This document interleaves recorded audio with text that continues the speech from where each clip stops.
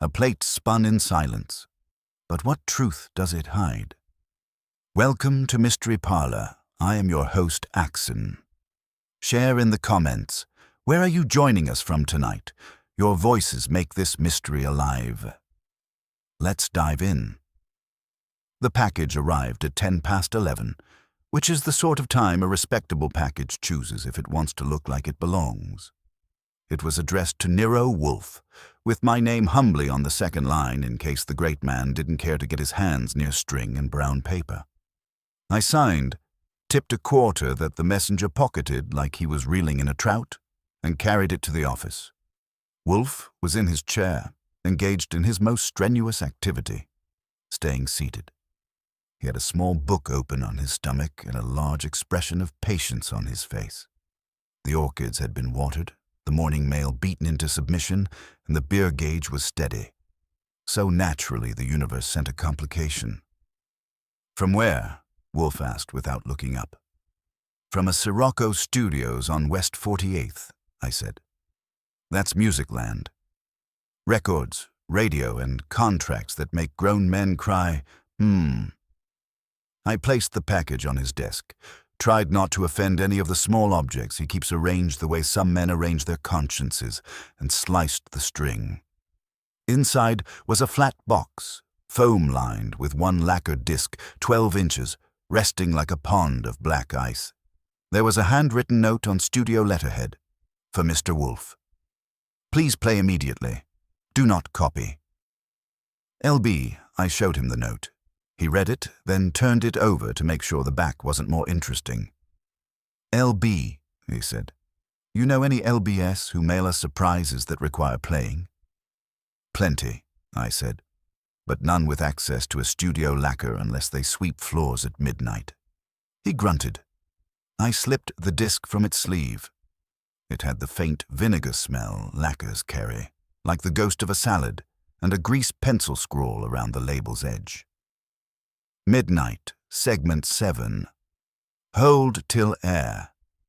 Fritz will be delighted if we start hosting midnight segments," I said. "He can garnish the silence with capers." "We are not hosting anything," Wolfe said. "We are, at present, the unwilling recipients of a demand that I interrupt my morning in order to operate a phonograph." "Because the note says, 'Please play immediately,'" I said. That magic word, please. "It is a plea," Wolfe said, "but not magic." Still, he allowed me to clear the corner of his desk. Half an inch of cleared corner is everything in that neighborhood, and set the player going. The needle dropped, the disc caught the light in a flat spin, and the room waited. It gave us nothing. No stutter, no breath, no scratch of a chair in a studio, none of the microscopic noises that ride inside a recording even when you wish they wouldn't. It spun in silence. The kind of silence that isn't absence, but presence with a hand over its mouth. I gave it a full minute, then lifted the arm and checked the groove. It was there. Fine, close run, proper depth. But if there was sound recorded in those cramped canyons, it was hiding better than a clam in the Bronx. "Congratulations," I said. "We've received a blank." Wolfe inhaled until his vest protested. "Do not dignify it with words," he said. "Turn it off." I slid the disc back into its sleeve like returning a calling card from a man who had failed to introduce himself. That's when the doorbell rang. We got company at the Brownstone the way rain gets New York. Suddenly, and in a mood, I opened to a woman in her 30s, smart coat, hat pinned with the kind of efficiency that says she's pinned other things. Behind her hovered a man whose suit had been tailored by a committee that didn't agree with itself. The woman had the eyes of someone who'd been awake for something she shouldn't have had to watch. "Mr. Wolfe," she said, skipping past my humble self like I was the foyer furniture. "Inside," I said. "You can talk to him if you can wake him." She gave me a look that said waking men was not the hard part of her job and moved to the office. I followed with the man attached like a reluctant suitcase. "Mr. Wolfe," she said at the threshold, "I'm Lila Brandt." We spoke. No, we didn't. I sent a lacquer. You got it? Wolfe raised his head half an inch. For him, that's a curtsy. Yes, he said. I congratulate you on its fidelity. Perfect silence. She pressed her lips. Damn. The man shifted like his bones had opinions. Miss Brand, he murmured, if we could. We can't, she said, and kept her eyes on Wolfe. I produce Midnight City.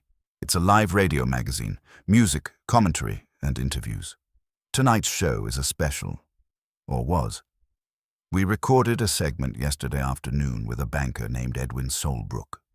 Off the record, on lacquer, to be cut in live. Mr. Solbrook had a confession, not a crime if you define it the way bankers do. A misrepresentation, a big one. He wanted the record to bear witness. She gestured at the sleeve. That's the master safety. Or it should be. We pulled it this morning and it's spinning like an idea without words, I offered. Blank, she said, or worse than blank. Silent, and for this, Wolfe said, you have intruded. I apologize, she said, not sounding apologetic and not caring if she came off like a hurricane in heels. But we're on a clock, Mr. Wolfe. If that segment doesn't air, my sponsor will be delighted, my station manager will pretend to be concerned, and Mr. Solbrook will discover that he has a sudden case of amnesia. I don't have time for a policeman to learn the difference between a lacquer and a biscuit. I need to know who erased a confession without leaving fingerprints. And why would I need to? No, Wolfe said, let alone care. She didn't flinch. Because whoever did it can reach into rooms that are supposed to be sealed. Like this one that got him to move the other half-inch. The look he shot me said I could do my little dance of frisking their sleeves for wire, but not to take too long about it. Lila's companion stepped forward with a damp hand and a name. Ivor Melnick, he said. Sponsor relations. We provide the shows, sustenance. I tried to dissuade Miss Brant from involving an outside party, given the fact that you prefer your problems to stay between the ledger and the broom closet, Lila said. I prefer not to be sued, Melnick said. Wolfe made a small motion and the room went quiet, politely. He has that kind of gravity. Mr. Goodwin, he said. The disc. I brought it. Lila watched the sleeve like you watch a door when you know there is someone behind it, breathing softly. Wolfe did not touch it. He also did not touch the beer that had been sitting at a perfect angle to his right hand, which is how I knew his interest had cracked through the crust. Miss Brant, he said, where was this stored? In the production safe, she said. Locked. Only 3 of us have keys. Me, our engineer, Perry Vale, and our station manager, Max Channing. The cutting engineer had the lacquer until he handed it to me. I logged it. We all went home. This morning I opened the safe, pulled it, and drove it here. I didn't let it out of my hand. And the other copy? Wolfe asked. There isn't one, she said. Solbrook insisted. He was willing to let us record him, but he didn't want duplicates scattered like confetti. Her mouth twitched. He didn't know silence scatters better than confetti. Wolfe shut his eyes for a count. When he opened them, the impatience was gone, replaced by a sort of wary curiosity that I've learned to respect. Mr. Melnick, he said, what is your interest in this segment's survival? Melnick's smile had too many teeth to be friendly, and not enough to be carnivorous. Interest? We are a soap company, Mr. Wolfe. We are pro-cleanliness in all forms, including morale. But confessions, particularly those involving a bank with which our firm has lines of credit, well, it would be unfortunate if an on-air mea culpa suggested that deposits are optional. You'd rather he confessed to his priest, I said. We are ecumenical, he said smoothly. Confess to anyone except 1 million listeners. Lila folded her arms. I asked Mr. Melnick to come because he can lean on people for answers. He agreed to come because he wants to know what I'm telling you. She turned to Wolfe. I can pay your fee. I can also give you names. Perry Vale, the engineer. Max Channing, the station manager. Ruth Quell, our columnist with a tongue like a razor. Ned Carlo, who works the union angles and knows every back door. And Solbrook himself, the man who decided to be honest on a timetable. Those are the orbiting bodies. Pick your moon. I could feel Wolfe's dislike of clocks, strangers, and nicknames doing battle with his fondness for a tidy piece of mischief wrapped in logic. He hates being pushed. He also hates being bored. What you ask, he said, is not that I find a thief. You ask that I detect a trespass. He lifted the lacquer a quarter inch, then let it settle again. Someone has usurped function. They have reached into a process and replaced the expected with the void. That's one way to put it, Lila said. It is the only acceptable way, Wolfe said. Very well. Mr. Goodwin will accompany you to your studio and perform certain annoyances. He will interview, observe, and irritate. You will provide full access and refrain from edits. You will also, Ms. Brandt, keep your sponsor from interfering. That, Melnick said, is not within. Then you will at least refrain from assisting, Wolfe said. You will both go. I will remain shocking, I said. Send me into the radio jungle while you commune with humidity. He ignored me. There are conditions, he told Lila. First, you will leave this object here. If the silence is counterfeit, I will learn it. Second, you will bring me a complete list of everyone who knew the segment existed, and in what order they knew. Third, you will send Mr. Solbrook to me at 4 this afternoon. I want to see how a banker behaves when he has tried to be honest and failed. Lila exhaled as if she'd been holding air since last night. Done, she said. You have no idea what you've saved me from. Wolfe's mouth made something that, in a weaker man, would have been a smile. On the contrary, he said, I have an excellent idea. You should also understand that I did not accept for the pleasure of rescuing you from your sponsor or your schedule. Then why? I asked, because it's my job to ask, even when I know I'm batting at a curtain. He looked at the lacquer. Because it is an affront, he said softly, an artifact designed to bear sound that offers none. I will not have silence dictate terms in my house. That was Wolfe, a man who'd rather wrestle with silence than with men, and who could make either one cry, "Uncle." I saw them out to the stoop. Lila held the rail, took the air like it was proof the world still obeyed physics, and turned to me. If your boss pulls this off, she said, I'll carve his name on a studio door. Don't, I said. He'd send me to sand it off. Bring your list, bring your engineer, and bring your best story. She nodded. Melnick gave me a handshake that felt like a damp contract. I closed the door and turned back toward the office. Wolfe was already reaching for the phone. Saul? He said when the line clicked. At your convenience. Today, the convenience being mine, you will visit Sirocco Studios on 48th. Mr. Goodwin will meet you there. We are hunting a silence that thinks itself clever. He hung up and looked at me. Archie, he said, forgive the inconvenience. Lunch will be at 1. Do try to avoid being arrested before then.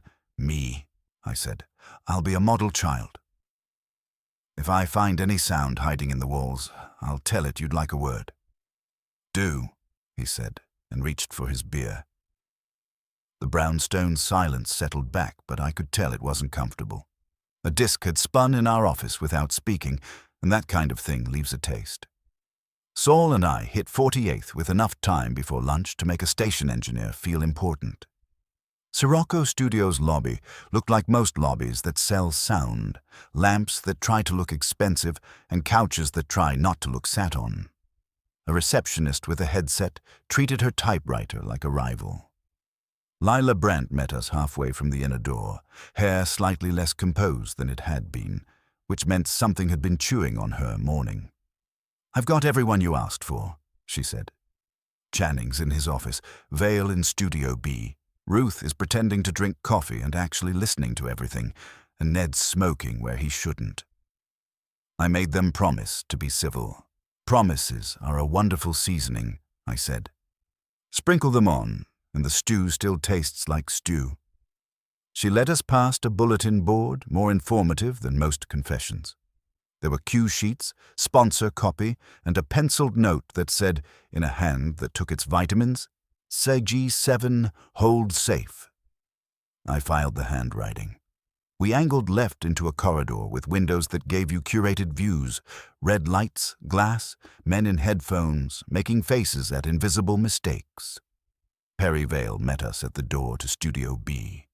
He was 30, slim, with the mild arrogance of a man who can turn a dial and make you sing flat. His hair was the kind that takes orders, and he wore a rolled pencil behind his ear like a credential. "I'm the engineer," he said. "If somebody knocked my segment on its back, I'll take it personal." "Good," I said. "It may need to be taken personal before it gets told the truth." He waved us into the control room and shut the door with the tenderness of a man who knows air is always misbehaving. The board was a forest of knobs and VU meters, and the glass into the studio was blank except for a stool and a microphone standing at parade rest. "Walk me through yesterday," I said. He did. Lila had scheduled Solbrook for 4, kept him in a side office until the band wrapped an arrangement that refused to end, then brought him in. They cut levels. Perry left the line to the lathe room open for a safety, but the cut itself was handled by Anton Greer, Sirocco's cutter, who took pride in never letting a pop escape the blade. Solbrook talked. They did a pickup on one sentence where he tripped over guilt. Lila declared it the kind of radio you can feel in your molars. Perry made a paper log, walked the lacquer out himself, and watched Lila drop it into the production safe. "Greer," I said. "In the basement," Perry said. "If he switched that disc, I'll eat a ribbon mic." Sol sent me a look that meant he would prefer I not try to negotiate with hunger at that level. "We'll talk to him," he said mildly. "First," I said, "show me where blank becomes gospel." Perry brought out his log. A half-page of tidy figures with a heading. Midnight, Coseg 7, Solbrook, cut ref A. The numbers matched the time block Lila had described, and the grease pencil scroll on the top margin, hold, had a 7 that crossed itself like it learned its manners in Europe. The note on the bulletin board outside, the one that said SEG7 hold safe, had a plain American 7. I didn't point it out. I saved it for when it would sting. We went to the safe. It lived in a small office off the corridor, steel and stubborn, bolted into a floor that would have resented being hoisted. Lila had 2 keys on a chain. She pointed without apologizing. "Channing has one," she said, "and Perry has the spare." "Channing," I said. "Let's meet."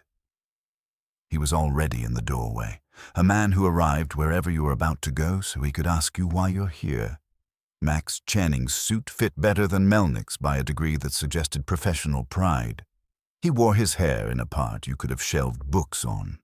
His face said station manager in the same way some faces say dentist, competent, slightly worried, and ready to administer a lecture. "You're Goodwin," he said. "I've heard about you. You ask questions like you're selling a bill of goods." "Only the deluxe model," I said. "Show me your key." He did. It had a stamped number that matched Lila's. Perry produced his. Their tags were the same Sirocco brass. The safe's face didn't show fresh scratches, but a small crescent near the keyhole had been polished brighter than the rest, like a thumbnail had worried it while someone decided whether to try their luck. "Open," I said. Lila worked the lock. Inside were 3 lacquer sleeves, 2 reels of tape, and a stack of sponsor copy that looked like it had been placed there to demonstrate virtue. The top sleeve bore the same grease pencil notation as ours. Lila took the second sleeve out with fingers that knew how to hold their breath. The lacquer inside had modernities. Seg G3 scrawled across it, and an engineer's dead wax signature, a G331B. She slid it back, set the sleeves down, and watched my face. "Dead wax?" she asked, dry. "The tiny scratchings in the run-out," I said. "Some cutters sign their work. The disc we brought to Mr. Wolfe has nothing written there, or if it does, it isn't." Greer, her eyes sharpened. "You looked?" "He did," I said. "He doesn't touch, but he looks." We went downstairs to Greer. The lathe room smelled like hot shellac and ambition. Anton Greer was a big man with hands too careful for his wrists, and he reacted to the idea of a silent lacquer like a violinist to the idea of sandpaper. "Not from my room," he said. "I cut your segment." It played in, it played out, it had breath and sins. If your safety is a whisper, someone cut a whisper after my cut or swapped my cut for a whisper. "You initial your run-out," I said. "I inscribe," he corrected me, which made me like him a little. "A G date code, segment reference. Yours would be AG704A. Right? That's what I wrote on the job card." We got the job card. There it was. Greer's neat capitals, Seg 7, Solbrook, AG704A. He looked at me the way a surgeon looks at a man who says a scalpel is a little knife. "If your dead wax is blank," he said, "you've got a decoy." Someone did a quiet cut on a spare lacquer and dressed it in the right handwriting to be carried where it shouldn't. "Quiet cut?" Saul asked. He pointed to the lathe. "You drop a stylus and you don't feed program. You get the groove, you get the look, but you don't get modulation. Under a microscope you can see the difference. To your ear, you get silence. To a VU meter, you get a line that refuses to lift its head." "Who has access to spare lacquers?" I said. "Anyone with the cabinet key," he said. "Me, my assistant when I have one, and anyone Channing tells me to lend it to for 5 minutes. Channing, who had drifted in like a cloud assigned to a particular patch of sky, lifted his hands. "This is outrageous." "It's a Tuesday," Lila said. "Outrageous is Thursdays." We went back up and collected the rest of the orbiting bodies. Ruth Quell was sitting on the edge of a desk with a cup of coffee she wasn't drinking, legs crossed like a well-placed sentence. She had a mouth built for carving and eyes that told you she preferred it to be deserved. Ned Carlo leaned in the hallway, making the corridor his property by holding a cigarette where it would inconvenience air the most. I introduced myself and Saul. Lila did the roll call again because repetition is how studios pretend to have control.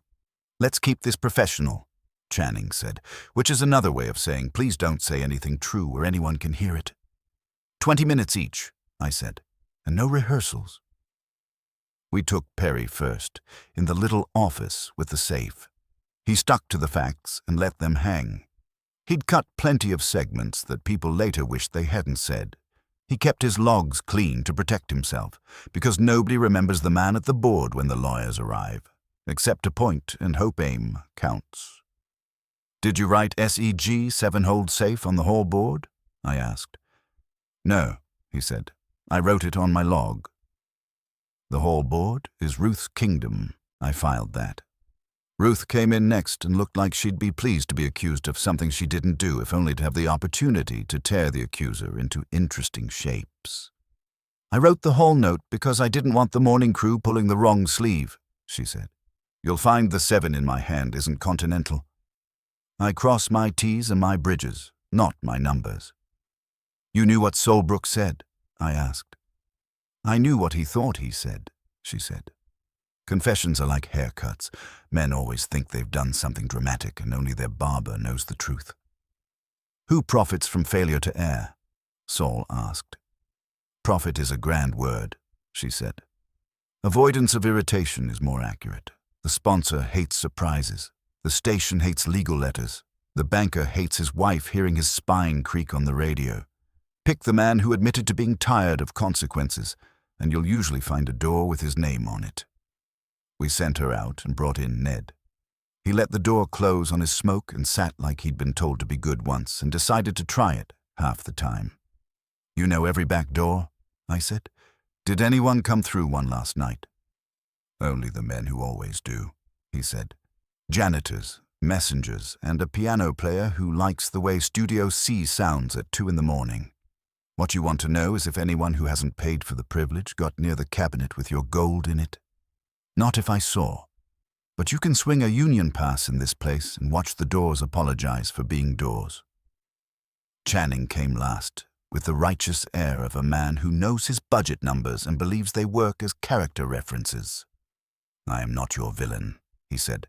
"If this segment causes us harm, I'm the one who has to spend the next 6 months explaining why harm is instructive." "Then help us," I said. "Who has a key to the cabinet of spare lacquers besides Greer?" "I do," he said, "and I've used it twice in the last week. Once to inventory. Once to loan a disc to an outside editor who forgot to return it for 12 hours and returned it apologizing. That editor was Ruth's friend. You can ask her the friend's name." "We did," I said. She gave us the name before we asked. He looked almost disappointed. We were closing in on noon when Saul touched my sleeve and nodded toward the hall window. I stepped out with him and took a look through the glass. A man in a banker's coat, hat precise, was standing at the far end near the side entrance, half in shadow, half in decision. He had a face I'd seen in the financial pages and the kind of caution that counts stairs before it climbs them. "Solbrook," Saul said softly. He wasn't supposed to be here until 4 at Wolfe's. He was supposed to be explaining his conscience to a chair that had heard more sins than a cathedral. Instead, he was here, and he wasn't. Alone. A woman stepped in beside him. Dark hair, dark dress. Not Ruth, not staff. She put a hand on his sleeve and said something that pushed his mouth into a straighter line. They turned together toward the side door. "Shall we?" I asked Saul. "We shall," he said. "We didn't run. That's for amateurs and men who like scuff marks. But we moved, and as we did, I let myself wonder who had crossed the 7 on the log and left the 1 on the board clean, and what silence thinks it is when it tries to pass itself off as speech. Wolfe was at the brownstone with a loop and a lacquer, and a stomach that would want lunch at 1. I was in a station hallway where things were louder than microphones. The man with a confession was heading out a side door, and the clock, which Wolfe hates, was finally making a sound. Saul and I didn't need to sprint, but Solbrook and his companion had a head start. By the time we cleared the last turn of the corridor, the side door was swinging shut on a gust of outside air. We stepped into the chill street and caught them halfway to a waiting cab. I lengthened my stride and planted myself squarely between Solbrook and the cab door. He blinked like a man who'd been asked to recite multiplication tables without warning. The woman beside him wasn't rattled. She had the calm that comes from practice, not nature. She held his sleeve with just enough pressure to remind him that escaping would be harder with witnesses. "Mr. Solbrook," I said, giving him my friendliest smile, which isn't saying much. "Funny running into you here when you were supposed to be in a brownstone at 4. He tried to reclaim his composure. "I was early. I thought perhaps I could slip your confession past the microphones and into daylight without Wolfe," I cut in. "That's an imaginative strategy. But Wolfe doesn't take kindly to imagination that rearranges his schedule." The woman's voice was low, deliberate. "We're not here to create trouble." Mr. Solbrook realized he might have spoken too freely yesterday. He wanted to reconsider his position before handing over more material to outside interests. I gave her a longer look. "And you are?" "Diana Lant," she said. "Mr. Solbrook's attorney." That earned a raised eyebrow from Saul. He didn't speak, but his silence said he'd heard of her. I had too. She was the kind of lawyer who treated contracts like dueling pistols and never lost a shot. "You realize," I told her. "They're bringing your client to the very studio where a silent record just landed in our laps doesn't exactly look like a confidence-building exercise." Her expression didn't change. "What it looks like is irrelevant. What matters is that my client is reconsidering his level of participation. He has obligations that exceed the curiosity of an audience." Saul finally spoke. His voice was soft, almost gentle, which is how you know he's measuring the ground under your feet. "Obligations," he repeated. "To whom?" Solbrook shifted. His mouth opened, then closed again when Lance's hand tightened slightly. The cab driver leaned on his horn, impatient with our sidewalk seminar. I stepped back enough to let them slide into the cab, but not before dropping the address of Wolfe's brownstone into Solbrook's ear. 4 o'clock, I said. "Don't let your lawyer's obligations confuse you about whose chair you'll be sitting in." The cab pulled away. Saul and I stood there for a moment, letting the exhaust clear. "Wolfe won't like that," I said. "Wolfe won't like much," Saul replied. "But it's better he hears the flavor of the lawyer than not at all. She's managing him, which means he's either too weak or too frightened to manage himself." We went back inside. Lila was waiting, restless as a cat near water. "What happened?" "Your banker showed up early," I told her, "with counsel." They left. "But he's still booked for Wolfe at 4. If he forgets, we'll remind him." She muttered something about sponsors and schedules, then dragged us into the corridor again where the suspects loitered like actors between takes. Ruth had found another coffee. Perry was winding cable as if strangling it might provide answers. Ned smoked with the steady rhythm of a man who believed ashes told fortunes. I looked at them and thought about the silent lacquer. Someone had gone to the trouble of cutting a blank with grooves that mimicked speech, dressing it in handwriting that almost passed, and planting it where it could masquerade as truth. That wasn't vandalism. That was craft. "Here's how this works," I said, loud enough for the group. "Wolfe likes neat lists. Right now you're all on the same one. He'll want times, keys, and motives. You'll either provide them, or he'll squeeze until they leak out." Channing bristled. "We've already given you more than courtesy requires." "Courtesy," I said, "is when I hold the door. This is investigation. Don't confuse the two." Saul gave me a small nod. He'd seen what he needed. Cracks. Lila caught my eye and mouthed, "Thank you," though whether for managing them or for stirring the pot I couldn't say. We spent the next hour pulling at threads.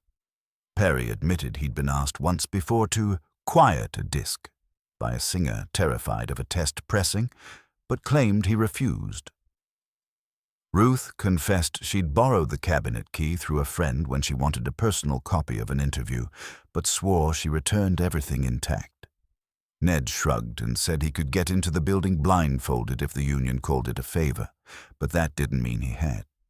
Channing insisted his only interest was keeping the sponsor fat and the station solvent. None of it glued, but the edges matched enough to suggest a picture forming. By the time Saul and I left, the Tinato suspects were frayed. Lila was exhausted, and the silent lacquer weighed heavier in my thoughts than when I'd first slid it back into its sleeve. Back at the brownstone, the house smelled of Fritz's patience turning into lunch. Wolfe sat in his chair, eyes closed, but the position of his hands on the arms told me he hadn't been sleeping.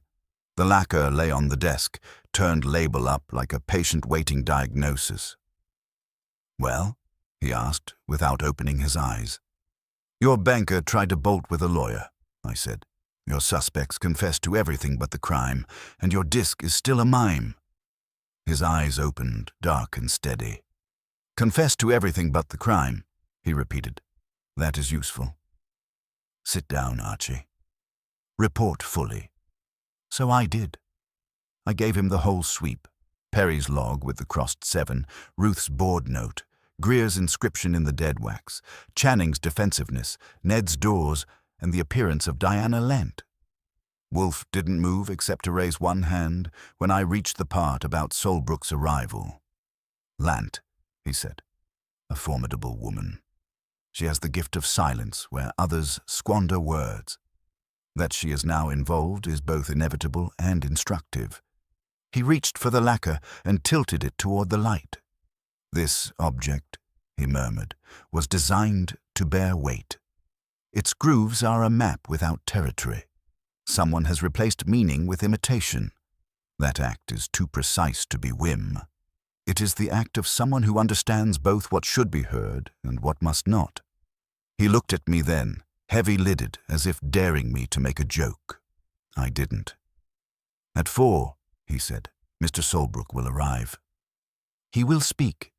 His lawyer will attempt to confine him. We will learn which obligations outweigh honesty. Meanwhile, Mr. Goodwin, you will retrieve the job card from Greer and the hallway note from Ms. Quell. Place them on my desk before lunch." "Handwriting comparison?" I asked. "Handwriting reveals more than ink," he said. "It reveals intent." "Bring them, and Archie." "Yes?" He let his gaze drift back to the spinning lacquer on the desk. "Do not underestimate silence. It is a craft sharper than speech. That was Wolfe's way of saying we were on the edge of something important. And from the way his fingers flexed on the chair's arm, I knew silence had just made itself a dangerous enemy. I went back to Sirocco to collect the evidence Wolfe wanted. Greer's job card came easy. He had it filed in a drawer that looked like it had never forgiven anyone for opening it. He slid it out, let me read the neat capitals, and handed it over with the quiet pride of a man whose handwriting had never been called into question. Ruth's hallway note was harder. She was at her desk with a stack of copy sheets and a cigarette balanced on the rim of an ashtray that hadn't been emptied since Roosevelt's first term. When I asked, she raised an eyebrow. "You want my handwriting," she said. "That's charming. Am I to be accused of the world's most silent crime?" "I don't accuse," I said. "I gather. Wolfe accuses. You'll like him. He doesn't waste sarcasm." She tore the note off the board, handed it over, and flicked the ash into the tray. "If my 7 offends him, he can take it up with my penmanship teacher. I'll warn you, she's dead." That was Ruth, giving you a smile that made you wonder whether you'd been complimented or carved. I tucked the note with the job card and left before she decided to embroider her gift with more thorns. Back at the brownstone, Wolfe had lunch laid out with the kind of gravity that would make armies pause. Fritz had produced trout with almond butter, a plate of greens that looked like they'd been persuaded rather than chopped, and enough bread to fuel a regiment. Wolfe didn't speak until the second slice was buttered and half gone. "You have them," he said. I laid the job card and Ruth's note on the desk. He slid them under his loop and leaned forward, which for Wolfe is the equivalent of running a mile. His eyes narrowed, and the room was so quiet I could hear Fritz moving in the kitchen. "The job card's numerals are exact," he said. "European 7s crossed, written by a man who learned to engineer before he learned to drink. The hallway notes 7s are plain, as Ms. Quell declared. Neither hand matches the grease pencil scrawl on the lacquer, which means someone else dressed the silent disc," I said. "Exactly. Someone who knew enough to forge the letters, but not enough to forge the habit. A counterfeit of intent, not just of handwriting." He leaned back again, satisfied. "This silent lacquer is not the product of sloppiness. It is deliberate substitution, done by one who understood the environment but misjudged the importance of detail." I filled him in on Ruth's parting remark, which earned a grunt that might have been approval. Wolfe poured himself beer, tilted it, and shut his eyes. "At 4, Solbrook arrives. That meeting will be decisive. Until then, Archie, you will phone Ms. Brent and insist she deliver a complete record of all who had access to the safe from yesterday afternoon to this morning. In particular, who handled the keys, who entered the room, and who lingered near. People are careless with doors, but not with opportunity. I did as instructed." Lila answered on the second ring. Her voice clipped. She promised a list within the hour. By the time it arrived by messenger, Wolfe had finished his beer and was contemplating the orchids upstairs. I opened the envelope. 6 names, all familiar. Herself, Perry Vale, Max Channing, Ruth Quell, Ned Carlo, and a janitor named Russo, who apparently had a knack for being everywhere. Wolfe came down when I read the names aloud. He plucked the list from my hand and tapped it once against his palm. The janitor complicates matters. A servant with keys is a blade with 2 edges, useful and dangerous. At 3:30, the brownstone settled into that stillness it gets before company. Wolfe positioned himself in his chair, a mountain in brown silk. I had the lacquer on the stand by the phonograph, Greer's job card on the desk, Ruth's note beside it. The room was neat, tense, and waiting. At 4 sharp, the bell rang. I opened the door to Solbrook and Diana Lant. Solbrook looked like a man who had misplaced his courage and didn't expect to find it again. His lawyer was composed, eyes bright, coat draped over her arm as if even cloth was an argument she could win. Wolfe greeted them with a small bow of his head. Mr. Solbrook. Miss Lant. Please be seated. They sat across from him. Solbrook adjusted his hat brim twice before removing it. Lant folded her hands in her lap and waited. You made a statement yesterday, Wolfe began, recorded at Sirocco Studios. Today that record is silent. Solbrook's fingers twitched. Yes. I said more than was wise. It was a mistake. Honesty is rarely a mistake, Wolfe said. Its timing may be. You wished to confess to impropriety in your bank's dealings, not criminality perhaps, but a deceit upon depositors and sponsors alike. You believed your words had weight. They do. Now they are gone. Lant's tone was firm. My client has reconsidered. He will not be repeating those remarks. You presume he has that choice, Wolfe said, eyes half-lidded. But silence is not absence, Ms. Lant. It is the echo of something withheld. If he refuses to speak, his silence will speak louder. Solbrook swallowed. You don't understand. If this comes out, the board will... The board already knows. Wolfe cut him. You fear their wrath, but they fear exposure. Someone has intervened to ensure your confession does not reach the public ear. That someone is not protecting you. They are protecting themselves. Lant leaned forward slightly. Even if that were true, it does not change my client's position. It changes everything, Wolfe said, because now the act of substitution, the creation of a silent disc, reveals knowledge of your intent before you withdrew it. Someone knew what you would say and acted to erase it. That knowledge cannot come from accident. It comes from access, which means one of the 6 people listed in Miss Brandt's report is complicit. I watched Solbrook. His eyes flickered at the word 6. He started to speak, stopped, then looked helplessly at Lant. She gave him a look that said silence was more valuable than confession. Wolfe's voice dropped, deep and deliberate. You will come again tomorrow morning. By then I will have determined which of your circle turned your confession into absence. If you still wish to be silent, you may. But you will learn, Mr. Solbrook, that silence is never neutral. It is always an instrument that finished the interview. Lant gathered her client, offered Wolfe a professional nod, and left without a backward glance. The door closed. Wolfe sighed, a mountain shifting into place. Archie, he said, arrange for Saul to shadow Mr. Channing tonight, and for Fred Durkin to observe the janitor. Ori can take Ms. Quell. The others are too slippery for casual attention. We must know who moves when the silence thickens. He reached for his beer, finally. And Archie, call Miss Brandt again. Tell her I want to see the engineer Vale.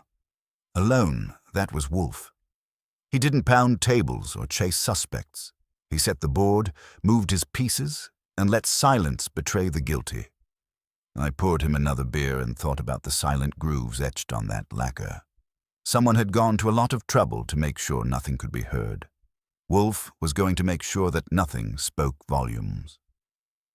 Perry Vale arrived at the brownstone that evening looking like a man who wasn't sure whether he was being summoned for praise or punishment. He had his logbook under one arm, his pencil still tucked behind his ear, and a nervousness that didn't fit with the quiet precision I'd seen in him at the board. Fritz showed him into the office, and Wolfe, as usual, didn't bother rising to mark the occasion. "Mr. Vale," Wolfe said, gesturing with 2 fingers to the red leather chair across from him. "You will sit." Vale obeyed, balancing the logbook on his knee. He looked at me, maybe hoping for a translation. I shrugged. Once Wolfe had decided to focus on you, there was no one alive who could lighten the load.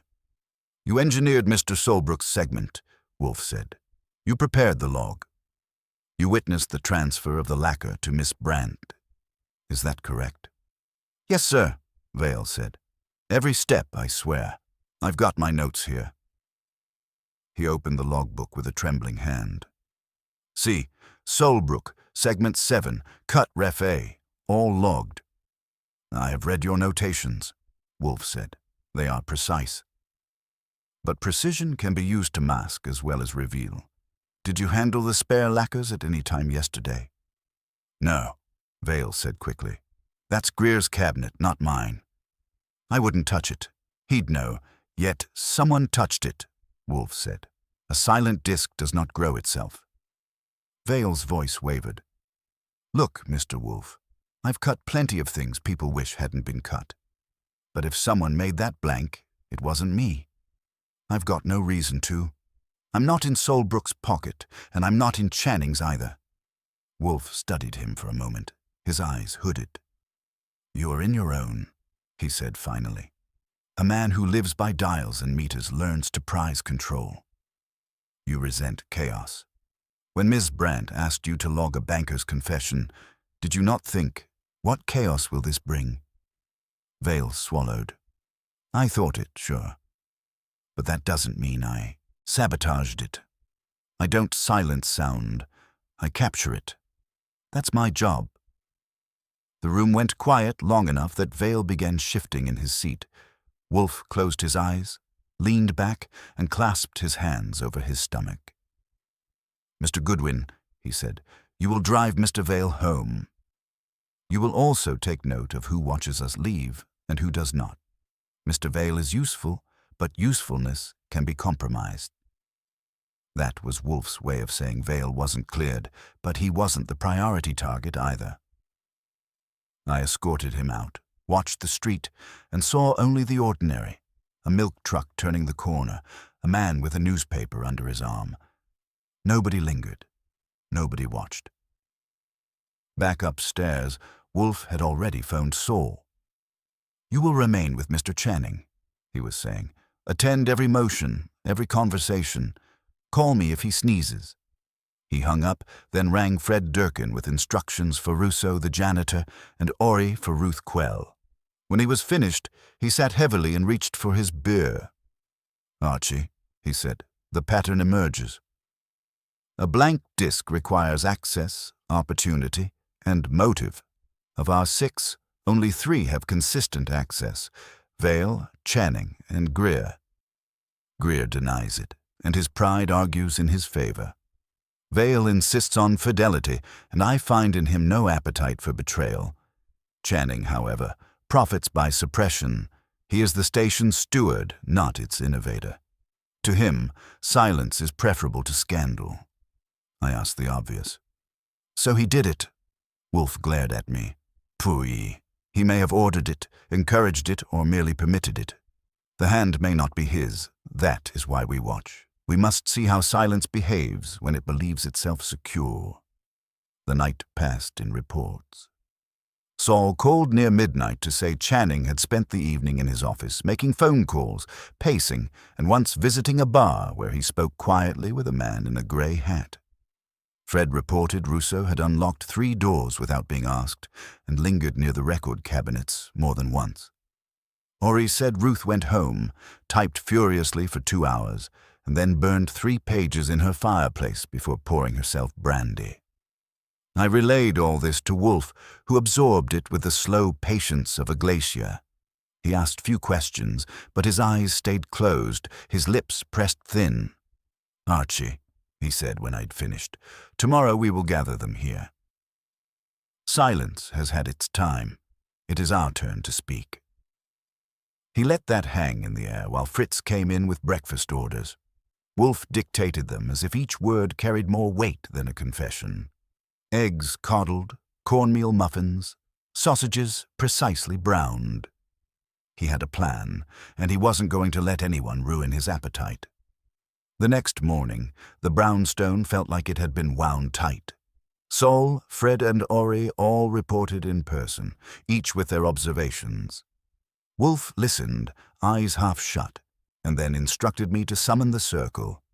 Lila Brandt first, then Perry Vale, Max, Channing, Ruth Quell, Ned Carlo, and finally Russo, the janitor. By 3 o'clock, they were all on their way.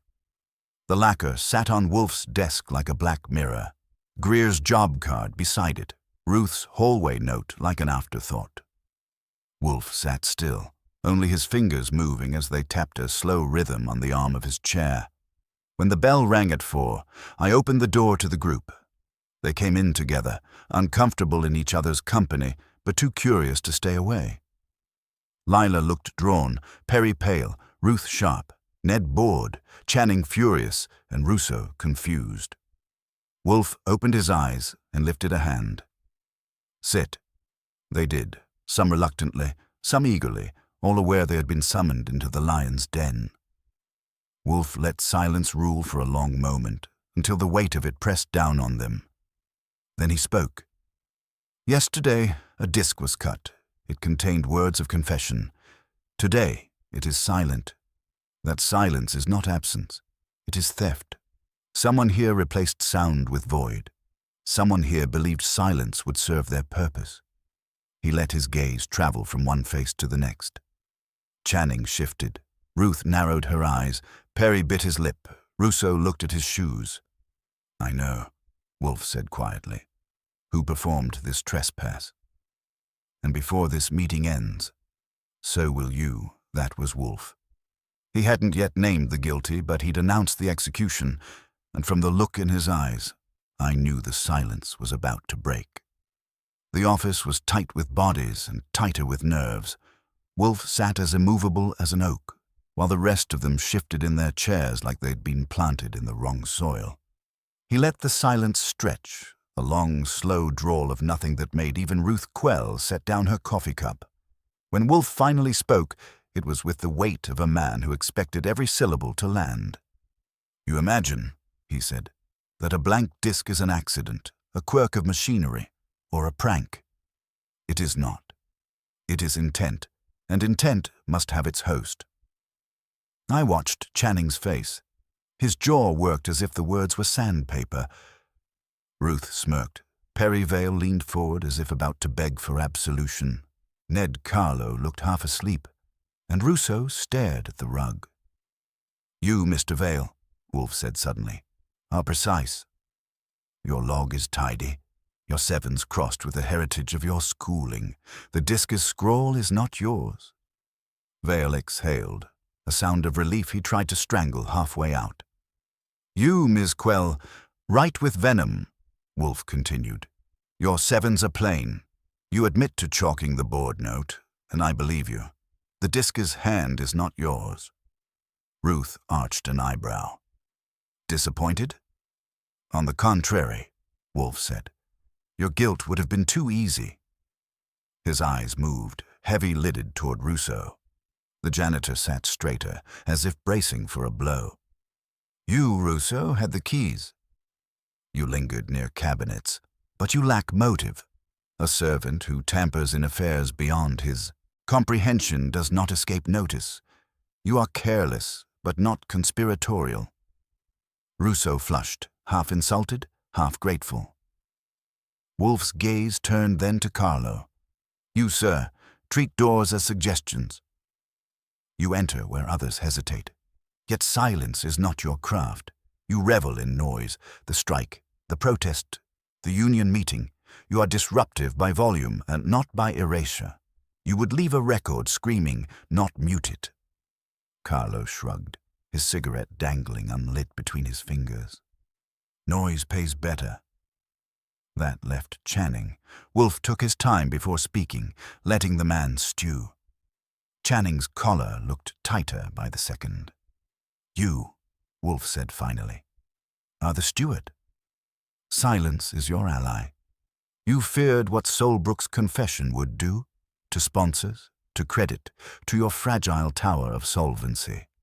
You had access to the spare lacquers. You had reason, and most damning of all, you had the arrogance to believe silence would be accepted as accident. But it was not. Channing slammed his hand on the chair arm. You can't prove that. You sit here in your hothouse and make pronouncements as if words are evidence. They are, Wolfe said calmly. Evidence of intent, evidence of fear, but more than that, evidence of detail. The silent disc bears grooves without modulation. It was cut deliberately, then dressed in imitation. Yet the runout, the dead wax, is blank. Greer inscribes, always he is proud. Only someone who does not know that habit would present an unsigned disc as genuine. Greer's absence was deliberate. Wolfe had insisted earlier. He hadn't summoned him because he already knew the man's pride. And now it was the lever. Channing's face darkened. Even if someone replaced it, what of it? The confession was reckless. It would have damaged everyone. I preserved stability. Pfui, Wolfe said, with enough contempt to rattle the air. You preserved yourself? You feared your sponsor's withdrawal, your station's collapse, and the exposure of your own negligence.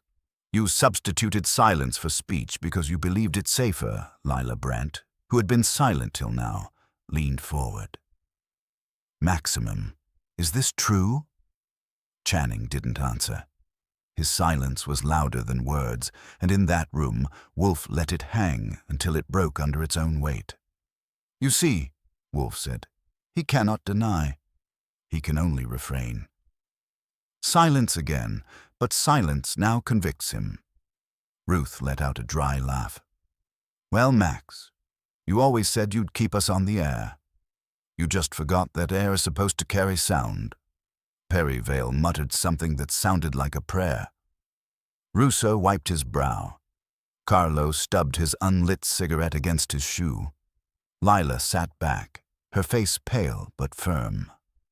Wolfe lifted one finger, the signal for me to close the book.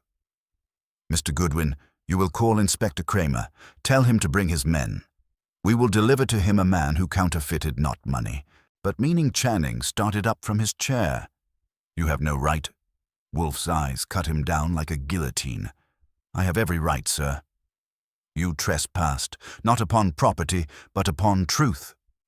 That is intolerable. I moved to the phone. Channing sputtered, but no one rose to defend him. His allies had vanished with the sound he'd tried to erase. By the time I returned, Kramer was on his way, and Wolfe had already closed his eyes again, as if the case was finished. But it wasn't finished for me. I watched the others file out, each face carrying its own reflection of guilt or relief.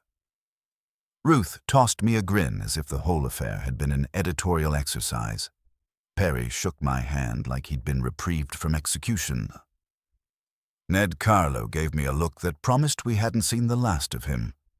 Russo muttered thanks in broken syllables. That left Lila, who lingered in the doorway. You don't know what this means, she said quietly. Sure I do, I said. It means your show still has a confession to air. If you can convince Solbrook to open his mouth again. Her eyes hardened. And if he won't? Then you've got Wolfe's version, I said. And believe me, silence won't save your banker. She nodded slowly, then left. When the door closed, Wolfe opened his eyes again. Archie, he said, you will ensure the lacquer is secured until Kramer arrives. Silence has done enough damage. That was Wolfe. He could turn nothing into evidence, and evidence into a weapon. And as I set the silent disc back on his desk, I realized the plate that spun in silence had spoken louder than any confession. Kramer arrived an hour later with Sergeant Stebbins in tow, both of them carrying the usual cocktail of suspicion and impatience. He came in with his hat still on, which told me he was in no mood for Wolfe's refinements. I ushered them to the office, where Wolfe sat as if he had been waiting for them all his life. The silent lacquer rested on the desk like a corpse laid out for identification. "All right, Wolfe," Kramer said, planting himself in a chair without being asked. "Archie tells me you've got a case of sabotage wrapped up neat. That true? Or am I here to waste another afternoon on one of your exhibitions?" "You are here," Wolfe said, "to be instructed. Whether you choose to call it a waste is a matter of your temperament." Kramer's jaw tightened, but he let Wolfe continue. Stebbins set himself against the wall, arms crossed, watching everything. "This disc," Wolfe said, touching it lightly with one finger, "was cut yesterday to hold the confession of Edwin Solbrook, a banker. Today it is blank, yet bears grooves. That blankness was deliberate. Someone at Sirocco Studios prepared a counterfeit lacquer, intending to pass it as the genuine record, thus effacing Solbrook's words before they could be heard." Kramer grunted. "You're saying somebody—" "Destroyed evidence, not destroyed. Substituted. There is a difference," Wolfe said. "The genuine disc exists or existed, but what was delivered here was absence disguised as presence. That requires access to the cabinet of blanks, familiarity with procedure, and motive. I've traced these, and the nexus is Max Channing, station manager Channing." Kramer pulled out a notebook. "He was here." "Half an hour ago," I said, "and very nearly confessed by not confessing." Kramer scowled. "That's not good enough. I can't bring him in on Wolfe's dictionary of silence." Wolfe's eyes closed briefly, as though insulted by the lack of imagination. "You misunderstand. The proof lies in detail. The cutting engineer, Greer, inscribes every disc he makes, always. The blank disc bears no inscription. That alone eliminates Greer." The log was tidy and authentic. Vale's handwriting crossed its sevens, while the counterfeit did not. Ms. Quell admits her board note was in her own hand, again with plain sevens. Both differ from the scrawl on the lacquer. Mr. Carlo is noisy, not stealthy. Rousseau is careless, but uninformed. That leaves Channing, who had motive and access, and who is ignorant enough of Greer's habits to imagine an unsigned disc would pass. Stebbins shifted, muttering, "That's pretty thin." "Thin," Wolfe thundered. "It is decisive. You need only press him, and he will collapse. Men who rely on silence always do when asked to speak." Kramer looked at me. "Archie, you buying this?" I shrugged. I watched him sit there while Wolfe called him out. He didn't deny, not really. He just claimed it was for the good of the station, which, if you ask me, is about as good as waving a red flag that says I did it. Kramer rubbed his chin. "All right. We'll take him in, see if he talks when the lights are on. But what about the original disc? You're telling me Solbrook's confession is still somewhere?" "Almost certainly," Wolfe said. "Whoever made the substitution would have had to dispose of it. But men rarely destroy what they may yet use. It is leverage, a threat, a guarantee. Channing will have kept it or hidden it. Find it in his office or his home, and you will have not only silence, but the words it sought to erase." That was enough for Kramer. He stood, snapped his notebook shut, and growled, "Stebbins, get a couple of men. We're paying Mr. Channing a call." They left without ceremony. The brownstone fell quiet again, except for the faint sound of Fritz moving in the kitchen. Wolfe reached for his beer. "We will hear from them soon enough," he said. I wasn't so sure. Men like Channing didn't fold easy. They covered their tracks with paper and pretended paper was virtue. But Wolfe was unbothered. He leaned back, closed his eyes, and let silence do the heavy lifting. An hour later, the phone rang. I picked it up. Kramer's voice came through, thick with both triumph and annoyance. "We've got him." The original disc was in his desk, wrapped in a blotter. "Played it myself. Your banker sang plenty. We'll hold Channing for evidence tampering and obstruction." I relayed it to Wolfe, who opened his eyes only halfway. "As I predicted." "Thank you, Inspector. You may leave the disc with us until tomorrow morning. You've got gall," Kramer barked. "That's evidence." "It will be safer here," Wolfe said, and hung up before Kramer could argue. I set the receiver down. "You realize he's going to storm back here tomorrow with steam coming out of his ears?" "He will," Wolfe said. "But by then, I will have heard the disc and determined whether its confession is genuine or yet another layer of deceit. Do not underestimate Mr. Solbrook. His courage yesterday may be his cowardice today." It turned out Wolfe was right again. When Solbrook arrived the next morning, without Lant this time, he looked like a man being led to surgery. I let him into the office, and he sat with his hat in his lap, twisting it like he meant to strangle it. Wolfe wasted no time. "Your confession," he said. "Kramer has heard it." "I have not. You will listen now, and you will tell me whether what you said yesterday is truth or theater." I placed the original disc on the turntable, lowered the arm, and let it play. The voice that came out was tremulous but steady. Solbrook, confessing to having shifted funds between accounts to prop up numbers, misled investors, and buy time. Not embezzlement, but deception enough to ruin trust if made public. He ended by saying he could no longer carry the weight. The room went still. When the disc finished, Wolfe turned his eyes on Solbrook. "Truth?" he asked. Solbrook swallowed hard. "Yes, but God help me. I don't know if I can let it be broadcast. My board will crush me. The sponsor will scream. The bank will—" Wolfe cut him off with a flick of his hand. "The bank will survive. You may not, but that is immaterial. You wished to speak, and you did. Silence tried to smother it and failed. You are fortunate." "Fortunate," Solbrook echoed. "Yes," Wolfe said, his voice like a gavel, "because silence is never absolute. It leaves grooves, and grooves can be read." That left Solbrook staring at him, as if trying to decide whether Wolfe had just condemned him or saved him. I couldn't decide either, but I knew this. The case wasn't over yet. Because Wolfe never said fortunate unless misfortune was still waiting in the wings. Solbrook sat hunched, his hat mangled between his hands, his eyes flicking from Wolfe to me and back like he was measuring the distance to an exit. Wolfe let the air grow thick before speaking, his voice low but sharp enough to cut. "You are fortunate," he repeated, "because your words remain intact. Less fortunate is the fact that your enemies now know them too.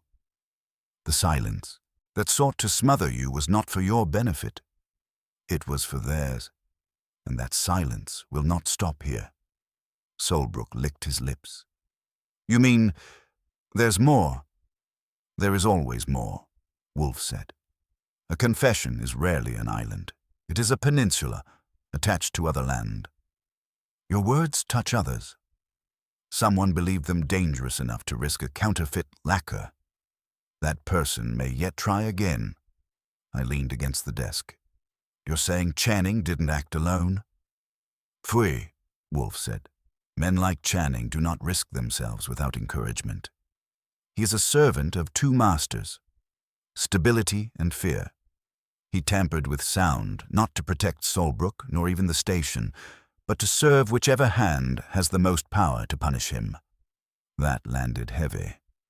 Solbrook looked stricken, as though realizing his enemies weren't abstract any longer.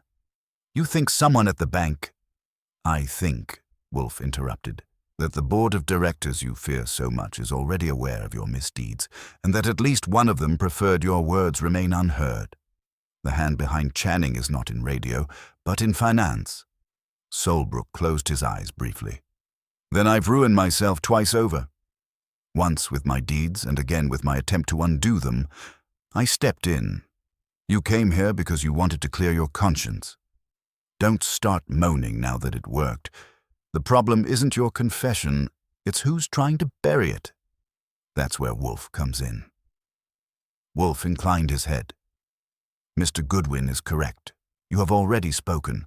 The question is whether you will stand by your words. If you do not, others will twist them for their own ends.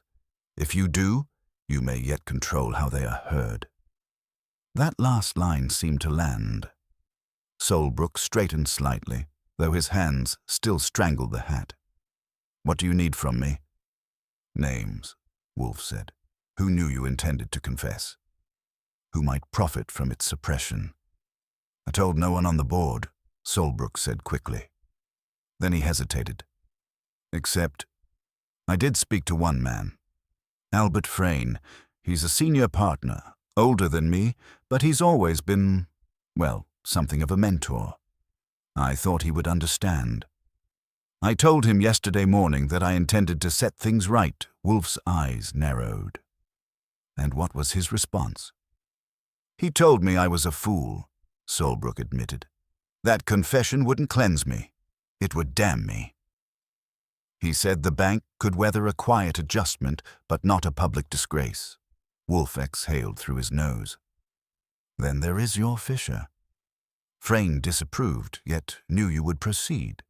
He had every reason to prevent your words from reaching ears outside this office. Channing did not act alone. He acted as Frayne's proxy.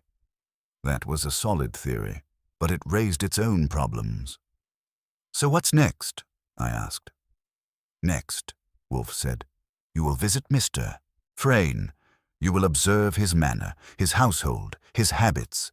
You will make yourself objectionable until he betrays his anxiety. Meanwhile, I will inform Inspector Kramer that Channing is but the surface of this matter. If he has wit, he will pursue the deeper current. Solbrook sagged. And me? You, Wolfe said, will remain silent for once. Do not retract, do not elaborate, do not attempt to manage the story. If you speak further, you will entangle yourself beyond rescue. Leave it to me, that was the dismissal. Solbrook left, unsteady but obedient. When the door shut, Wolfe closed his eyes again. Archie, he said, you will go to Mr. Frayne. Take Saul with you. He has ears keener than most. And take care.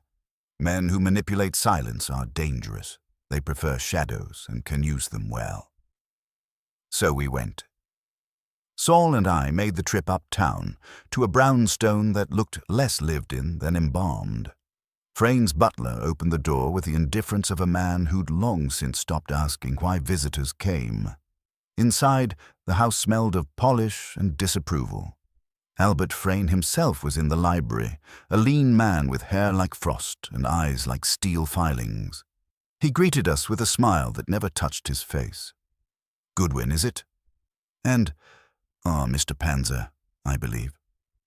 Yes, I know of you. To what do I owe this intrusion? Call it curiosity, I said. Your friend Solbrook's been making waves, and we like to know who's throwing stones. His smile thinned further. Solbrook is a weak man, prone to melodrama. Whatever he told you, I advise you not to put stock in it. That's the trouble, I said. He told more than me. He told a record, and someone went to a lot of trouble to make sure that record couldn't be heard. For just a flicker, his eyes narrowed. It was gone in a breath, but Saul caught it. I caught it, and I knew Wolfe would have caught it too. I have no idea what you're implying, Frayne said smoothly. But if you're suggesting I concern myself with such theatrics, you are gravely mistaken. Maybe, I said, standing, but you should know this. Silence doesn't last forever. Sooner or later, sound gets out, and when it does, it names names. We left him to stew in his polished library. Outside, Saul gave me a look. He twitched. He twitched, I agreed. Wolfe's going to enjoy that. Back at the brownstone, Wolfe listened without interruption as I reported. When I finished, he opened his eyes and said, "Good. Frayne is the hand, Channing was the tool, Solbrook the fool. Tomorrow I will make them all admit it." That was Wolfe. Calm, patient, certain. He'd already set the stage in his head, and I knew when the curtain went up, silence itself would have no place left to hide. The next day began with Wolfe refusing to discuss orchids, which meant his mind was already grinding away at the case. He sat in his chair, lips pursed, hands folded, eyes half closed, while I took calls from Saul, Fred, and Ori. Saul reported that Frayne had spent the evening in his library with a steady stream of phone calls. Fred said the janitor Russo had been unusually quiet, avoiding the station corridors altogether. Ori noted Ruth Quell had filed a column that morning which danced neatly around the subject of confession and truth without ever naming Solbrook. Each fragment added weight to Wolfe's silence. At 11 sharp, the bell rang. Lila Brandt stood there, pale but composed. "You said to bring everyone," she said. "I've done it." Behind her came Perry Vale, Max Channing under escort from 2 detectives, Ruth Quell, Ned Carlo, and finally Albert Frayne himself, with an expression that could have frozen butter. Kramer followed, hat in hand, but annoyance in his step. "This better not be one of your theater productions," Kramer muttered as he settled into a chair. "It is theater," Wolfe said, opening his eyes, "but it is also truth." Sit they did, filling the office until it felt like the walls were leaning in to listen. Wolfe didn't rush. He let the silence accumulate, a weight pressing down on everyone before he began. Yesterday, Mr. Channing was revealed as the hand that substituted silence for sound. But a hand is never without command. He acted not on impulse, but on instruction. The true question is whose voice ordered silence. Frayne's lips curled faintly. "If this is aimed at me, Mr. Wolfe, I suggest you tread carefully." Wolfe ignored him. "Consider the sequence. Solbrook confides in one man, Frayne, before making his recording. Hours later, the recording is cut, then replaced. Channing had access, but not foresight. He knew the confession existed, but not when it would air. Only one who was told directly could move so swiftly. That man was you." Mr. Frayne's eyes flickered again, the same slip Saul and I had caught in the library. "Preposterous. You accuse without evidence." "On the contrary," Wolfe said, "the evidence is abundant." The counterfeit lacquer, unsigned, betrays ignorance of Greer's habit. That ignorance is not Channing's. He has supervised Greer long enough to know. But you, Mr. Frayne, would not. You pressed Channing, urged him to act, but gave no detail. He substituted silence clumsily. "That is your error." Channing stirred, face reddening. He told me if Solbrook's words reached broadcast, the station would burn, that we'd all be ruined." "There," Wolfe said softly, "is the admission. You see? The tool speaks of its master." Kramer turned, scowling at Frayne. "You deny that?" Frayne's gaze swept the room. Solbrook's confession was madness. It would have destroyed the bank, destroyed reputations, shattered the market's faith. I did what was necessary to prevent catastrophe. You did what was necessary to preserve yourself, Wolfe said. You feared exposure more than consequence, but silence is never permanent. You created absence, and in doing so, drew attention to what was absent. You made the void louder than the words the room stirred. Perry Vale rubbed his hands together nervously. Ruth Quell smiled faintly, her columnist's instincts satisfied. Lila Brandt leaned forward, eyes sharp. "Inspector," Wolfe continued, "you have before you a chain of culpability." Channing substituted the disc, but Frayne commanded it, out of fear of exposure. That fear is guilt. The confession exists. You have it. Play it in court, and it will condemn Solbrook. Present the substitution, and it will condemn Frayne and Channing alike. Kramer grunted, half convinced, half irritated. And what about Solbrook? He's no innocent. No, Wolfe said. But he is the source, not the saboteur. His crime is deceit of his depositors, not trespass upon truth itself. That is for his board and the law to resolve. My concern is the trespass within my walls, the attempt to impose silence here. That crime is Frayne's Frayne Rose, stiff-backed, as if auteur could replace innocence. This is absurd. I'll not sit here and be insulted by innuendo. Then stand, Wolfe said, unmoved. It will not change the fact. Inspector, you may take him. The law may decide what weight to place upon silence, but my task is finished. The pattern is complete. Kramer sighed, rose, and motioned to Stebbins. All right, Frayne. Let's go. The banker hesitated, then allowed himself to be escorted out, the click of his shoes sharp against the floorboards. Channing followed, head low. The office emptied slowly after until only Lila remained. She looked at Wolfe with something close to awe. You saved my show, she said softly. You saved Solbrook's words. Wolfe shook his head. Pfui, I did not save. I merely refused to let silence dictate terms. That is all. She nodded, thanked him again, and left. When the door closed, the brownstone settled back into its natural hush. Wolfe exhaled, heavy and final. Archie, he said, bring beer. I did, and he took it with satisfaction. Silence is the most insidious of trespassers, he said after a long swallow. It pretends to be nothing, when it is in fact everything withheld. To resist it is not merely indulgence. It is necessity. I grinned, and here I thought it was just another day's work. He closed his eyes. It was that too. The case of the plate that spun in silence was over, but its echo lingered. In Wolfe's house, silence might reign, but only on his terms. The brownstone had a way of reclaiming its peace once a case was technically finished. After Frayne and Channing had been marched out by Kramer's boys, the air seemed to grow lighter, as if the silence itself had been disinfected. Wolfe returned to his chair. Fritz returned to his. Kitchen and the orchids upstairs continued their serene ignorance of human folly. But I had the feeling Wolfe wasn't done yet. He might have declared the pattern complete, but his eyes, half shut, half watchful, told me he still had threads to tie. The phone rang not long after dinner. I answered and heard Solbrook's unsteady voice. He asked to speak to Wolfe.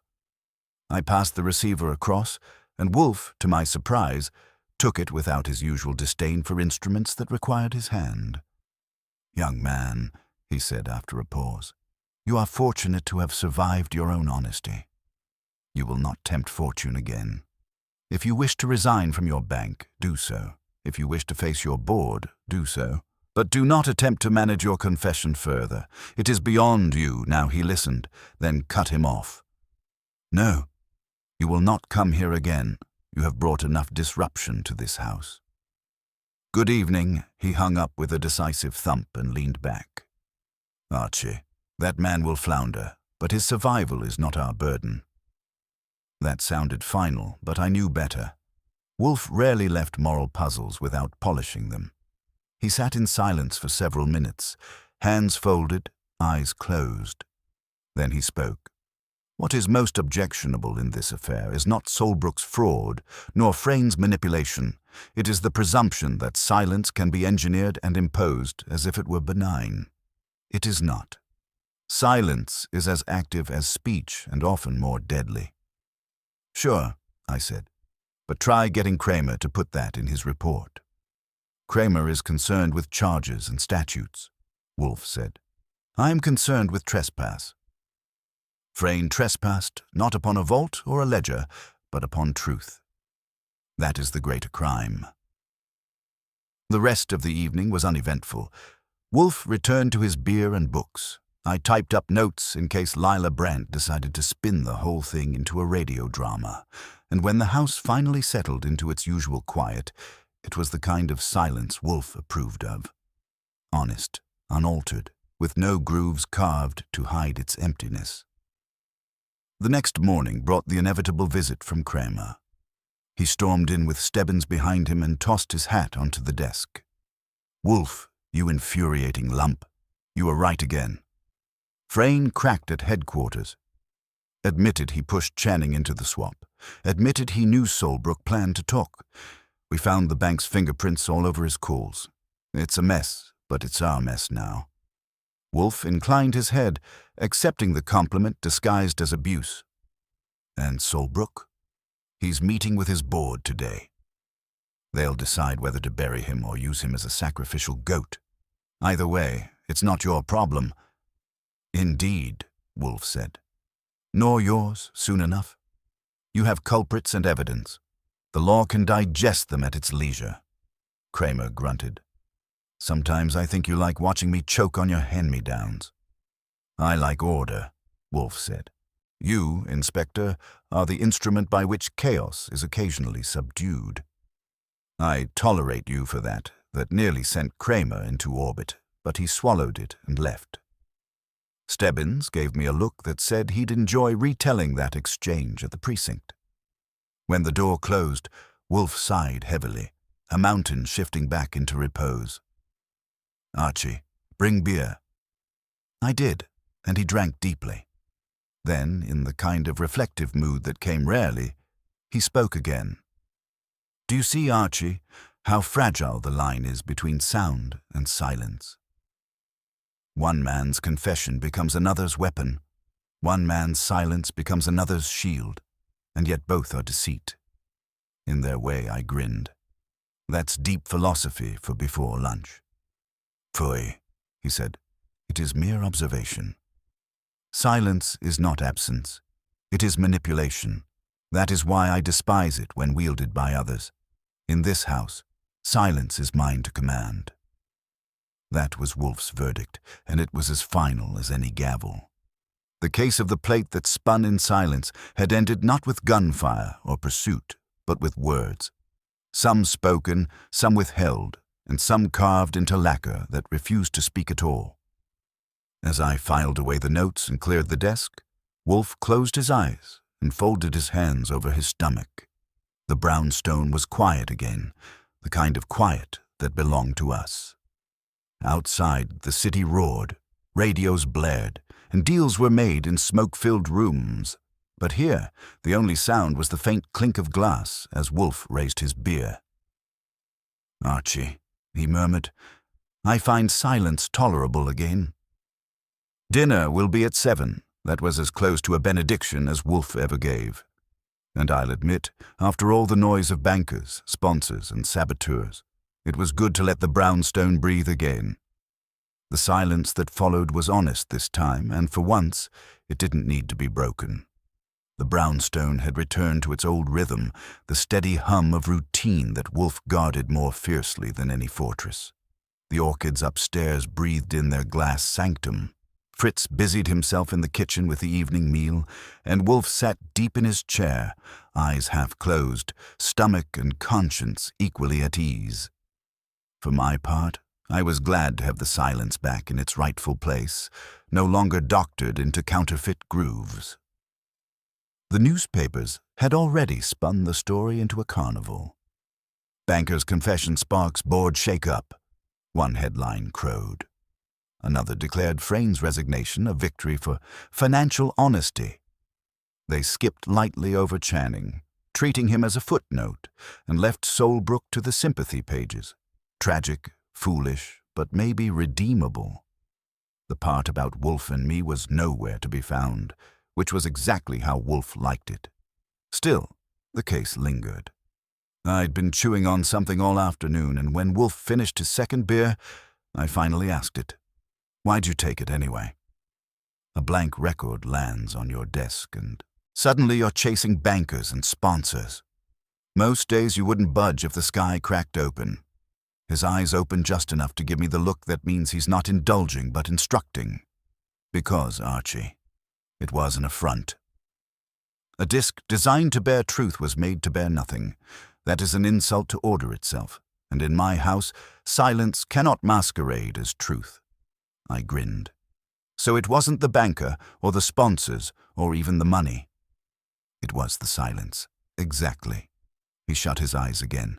Men lie. Men betray. That is tolerable. But when silence itself is counterfeited, it must be rebuked. Otherwise, we allow absence to dictate over presence. I will not permit it. It was the kind of closing remark only Wolfe could deliver, half philosophy, half judgment, all finality. He'd stripped the case of its noise and left only the principle, sharp as a knife. The bell rang once more, and I went to the door. It was Lila Brandt, carrying a small box. She looked relieved, maybe even grateful, which wasn't her usual look. "I came to thank Mr. Wolfe," she said, "and to return this." She opened the box to reveal the silent lacquer, now worthless as evidence but still gleaming like a black mirror. "The station doesn't want it," I thought. "Perhaps you'd keep it." I took it in, the grooves etched in falsehood, and set it on Wolfe's desk. He opened one eye, regarded it, and inclined his head. "It may serve as a reminder," he said, "that silence, when forced, always fails." Lila smiled faintly, thanked him again, and left. I carried the disc to the cabinet, sliding it between case files like a tombstone marking where the crime had lived. When I came back, Wolfe had closed his eyes once more. "Archie," he murmured, "dinner at 7. Remind Fritz not to oversalt the pheasant." That was it. The final note. The world outside could scream with headlines and lawsuits, but inside the brownstone, the balance was restored. Silence had tried to steal the stage and lost. Wolfe had spoken, the guilty had been named, and order had been reasserted. I poured myself a drink, sat back, and listened to the honest quiet filling the room. It wasn't empty anymore. It was ours. And for once, I let it stay that way.